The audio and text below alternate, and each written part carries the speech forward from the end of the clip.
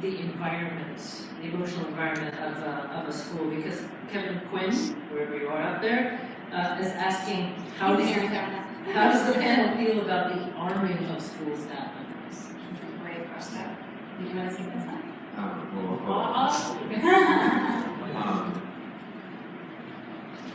My personal opinion, that it's not something that I think is necessary or approve of.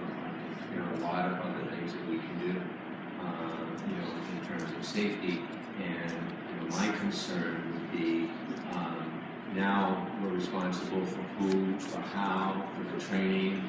Is it a volunteer? Is it a mandate? Is it a legislative regulation? Is it a law? It's a small snowball, and once we roll that down the hill, we need to know we're not going to be able to stop that, and there's going to be all kinds of next steps that are going to have to happen. I do want to address that part about the parent. First of all, children are much more resilient than we give them credit for. And the other thing we need to know is that if we're not giving them the information, they're watching television. Yes. So they're being inundated with all of these violent images. And do we leave them with no context? Do we leave them, so the more information we give them, we now create a safe place for them to bring those images and understand them. And also, they don't have a concept of what could happen to them.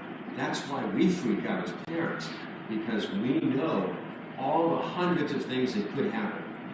And I think that creates anxiety, and the children pick up on that anxiety. So if they're going to get information about these traumas and these dangers in the world, we either can let them just get that information, or we can provide ways, piece by piece, age appropriate, to then say, yes, that's happening out there. Here's how we're going to keep you safe. Here's how you can keep yourself safe. And when they feel empowered for that, it changes the attitude. Our recommendation as an organization is that the only person that should be armed in a school environment is a properly trained law enforcement officer. We recognize at the end of the day, every community is going to make their own decision about this, and even states have jumped in on this, but that's still our stance on the issue, and we firmly believe that. I also want to add to that, ma'am, your question was an excellent one, and I believe that the issue of deterrence cannot be overlooked here. There have been very, very few school shootings that have taken place where there's an active law enforcement presence. I know a couple of times it's happened, and you know what's happened? The SRO has ended the situation. All right? One in California, one in Colorado just a couple of years ago. And that's usually what happens. If it happens in that situation, properly trained SROs know how to respond to and deal with those situations. There are about 100,000 school buildings in this country, and we estimate that there are about 14,000 school resource officers. So that should tell you something as well. But you can't, this is one of those things that's very difficult to quantify, and that is what doesn't happen as a result of law enforcement presence. How much crime is deterred just by the mere presence, and you just can't quantify it. I have to believe a lot, and especially in the school environment. You know, I was talking about the transition that happened from why are the police there to why are the police not there. When you see that police car parked in front of the school, you know that there's an active law enforcement presence there, especially in SRO with that community-based process going on. It's a difference maker, and we know that it is.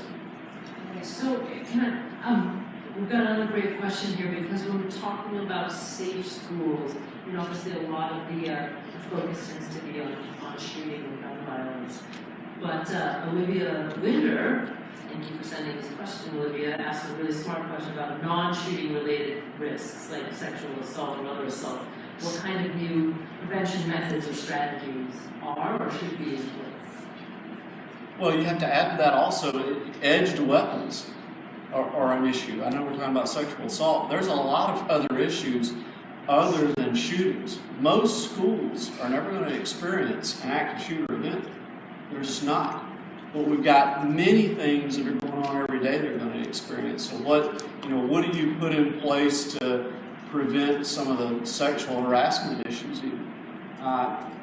Sometimes it's the simplest things. It's like kicking the rock out of the prop door. And when I started working in schools, one of the things that really bothered me was when, especially in the high schools in our community, when classes would change, there was no adult presence in the hallways. And that seemed to be when, not necessarily sexual abuse, but there was some sexual harassment going on in the hallway. And when we identified that and pushed the school on having adult presence, almost that omnipresence to some degree, especially with the restroom issues. But when we started paying attention to that, things changed. So again, sometimes it's the simplest things you do on the front end to deter some of those things that happen just in the hallway or restrooms. And I think what's amazing about that too is that when you offer that sort of that global, those basic security, those basic awareness, those basic surveillance type of practices, you're bringing the danger level down for multiple threats. So whether it happens to be somebody who doesn't belong on campus there, intent on doing some harm, or whether it's sexual harassment, or someone who has a bladed, a knife on campus or whatever, all of those things come down. So our safety practices, although it's nice to have very focused efforts, for the most part, I think it's basic common sense that we're applying in our school communities that's providing us the best results. And we jump on that common sense a lot here, as far as we're taking the earbuds out, putting the phone away, stay in the well-lit and well-populated areas, don't take those little alleyways, and walk with friends. So it goes back to common sense, even at this level. So let's circle back for a moment because there's some pretty large umbrella issues here in a very complicated world of the question of school safety because where did your tweet go?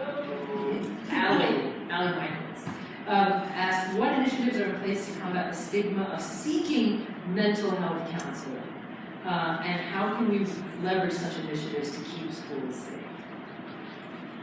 I would say that probably the number one thing that I'm seeing in schools that is combating that issue is just the presence of more guidance counselors, more school psychologists, more social workers. Because the more that we have in terms of that kind of expertise, that kind of staff development, just like we were talking about, dropping the barriers between the police and the students and the staff, it's the same thing with mental health. So, if you realize that there are people in your community that are there to help you, that you're not, signing up for any big commitment to just be in touch with those people and know that they're your resource, I think that's the most effective thing that I see is just having those professionals in our community, providing that level of education and support and interacting just like we want the police to be in our school communities. It costs money.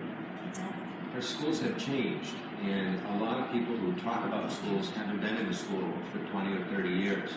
The schools have changed, and the environment has changed. Mental health does not carry the stigma that it did because of community education, the kind of education that's going on out there. So many of the things that, and I'll say me, my generation, but even generations after me, grew up with as unacceptable, had a stigma associated with them, they don't have that stigma anymore. So the more you create that openness and that availability, and we're changing the kind of people we hire. When a guidance counselor leaves in my community, I'm hiring an adjustment counselor, a behaviorist, a psychologist. I'm hiring a different kind of person because the whole environment has changed and the needs have changed. So, I think it's there and it's happening in the schools themselves. You said once too, Audrey, too, that you're just seeing a far greater need now than ever before coming through our school communities. And I don't know if you can speak to that too, and perhaps you guys can, but just more and more that our students are coming to school with every day. More concerns, more difficulties, more struggles there. Recently, I read today, which a local paper basically said 1 in 6 are dealing with anxiety, 1 day are dealing with depression. So the numbers are high, and I think more have seek counseling. I think it's more accepted among the population. I don't think it's as big a stigma as everybody seems to be talking about. I think one way to promote that, Dr. real quickly, is to talk about that. If you had a positive experience with the counselors that are in your school, to tell your friend, because most likely you'd like the first person who can feel that so-and-so might be having an issue or hard time, make them aware of those resources. I did not have a very positive experience with Virginia Tech's counseling right afterwards, just because I think I freaked them out with my crazy stories, and they're just overwhelmed. It's a very good center, but I realized that it was almost like dating. You had to find a good counselor and find someone that you really relate with. And so now that might not be necessarily one center, it could be somewhere else that doesn't exist for you, but urge whether it's your colleague, your spouse, your friend, to seek that out, because I think therapy is it's like the best friend you can pay for that has no bias towards either outcome. I have to totally agree with that statement too. I think for us, it was a little tiring and we were tempted to give up at times, but for our family, we continued the dating process until we found the right match, and it's been a godsend for us. So